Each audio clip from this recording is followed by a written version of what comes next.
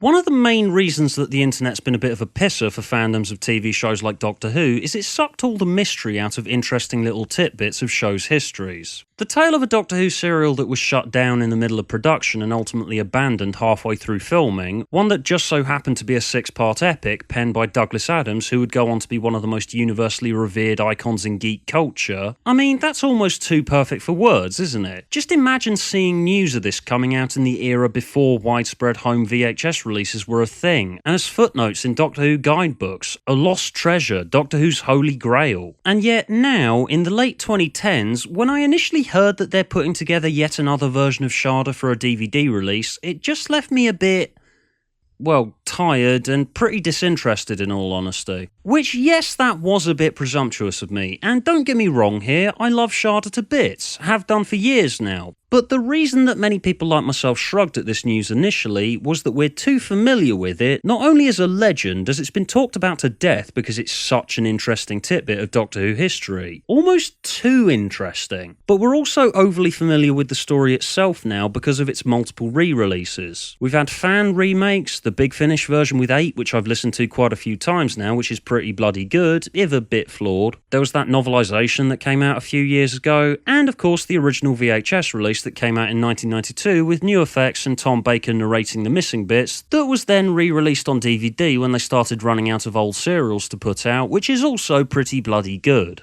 Not the best thing ever, obviously, but this and the version with 8 are perfectly acceptable, and were perfectly accepted for years, and both of these versions of Shada are at least 10 times better than the rest of Season 17, City of Death aside of course, which was mostly very weak by this era's standards. We pretty much all recognise Shada as an official classic Doctor Who story now. Before it was legend, now it's just as accepted as being there as anything else. So upon seeing the adverts for it blurting about it being abandoned until now, I can't have been the only one just scratching my head and just going, really? About 10-15 years ago, this project would have and actually did make a bit more sense because that was when they put together the version with the 8th Doctor that I remember watching the Flash illustrated version of on the old website. I've said it before, but the old website's dedication to offering interesting nuggets of Doctor Who history was like stumbling across buried treasure, and that's what Shada always was. But now, years later, the fandom's grown and multiplied, there's so much information out there, so it's not really buried treasure anymore, so advertising it as such doesn't really make sense now. Doctor Who's massive, massive history isn't really sets of dusty relics of nostalgia anymore. Most of it's been uncovered. Hell, I'm actually a lot more familiar with Shada than, say, The Nightmare of Eden, and that's a serial that actually did get finished and broadcast, watched once by most people, and then just returned to your DVD collection never to be seen again. Now, I could spend most of this video waxing lyrical about how there are many, many more missing episodes that you could be spending the budget for this thing on creating animations for, stories that are really bloody good fun, and if done right, could make for another big and popular classic Doctor Who DVD release alongside Genesis of the Daleks, Pyramids of Mars and other high sellers, ones that haven't already been done to death already. Like Fury from the Deep maybe, Evil of the Daleks, that'd be pretty popular. I think Macra Terror's pretty underrated.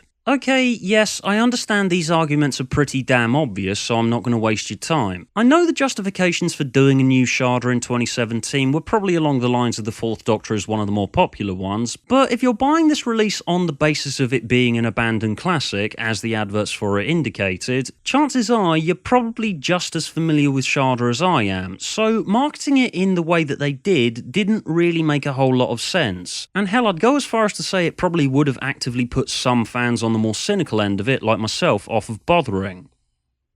However, and this is probably the biggest however that I will ever use in a He Who Moans video, this version of Shada has proven something very bloody important to any animation projects going forward, which I'll get to, and also, it's probably the definitive version, and it was a fucking brilliant watch and I totally recommend it, even if you, like me, had hit peak Shada quite a long time ago. I was so cynical going in, thinking, okay, they've mixed animation and newly recorded bits to cover the portions of the episode that never got made. That's gonna be a bit grating, isn't it? 1 second we're animated, next we're not. How's that gonna work? But strangely I found that it didn't grate on me at all. Most of the bits of Shada that actually got finished were the indoor talky bits, which are more suited to real-life actors and actresses, and most of the more technical bits are animated, and they flow together quite nicely. It's not presented in its intended episodic format, it's essentially presented as a 2.5 hour long movie, but given the format of flowing from live action to animated, it kinda makes more sense to watch this version of Shada as a movie. The transitions feel fluid, they never break the march of the narrative, which I like quite a bit. The 2017 version has served to remind me of just how good Shada was. Skagra is a genuinely intimidating and mysterious villain. The story's got a broad scope, interesting plot twists, some brilliant Douglas Adams-style weird sci-fi humour. The structure, the way it breaks away one layer of its mystery after another and brings all of its elements together bit by bit over the course of the runtime. The forgotten Gallifreyan prison planet, the secrets Professor Chronotis is hiding. It's a masterclass in the structure of a classic Doctor Who serial. Everything about it just works, and seeing it as unencumbered as it can be by the circumstances surrounding its production, with the animated bits doing all they can to make me forget why everyone always found Shada so interesting to begin with, and just focusing on the story at hand. Yeah, I think they've pulled it off, another essential classic Doctor Who DVD when we thought there wouldn't be any more. It really works. While seeing that advert for it selling it as the lost classic that Shada's reputation is almost entirely built upon did make me sigh really loudly, and I probably would have put off buying it if people hadn't been nagging me to cover it on He Who Moans, the actual product itself is the closest we'll get to a definitive completed Shada, and it's nothing short of a masterpiece in my eyes. The animation's a lot better too. It's the same team from the Power of the Daleks DVD, and the environments are just as good as the Power DVD, but also, importantly, the characters are a lot better.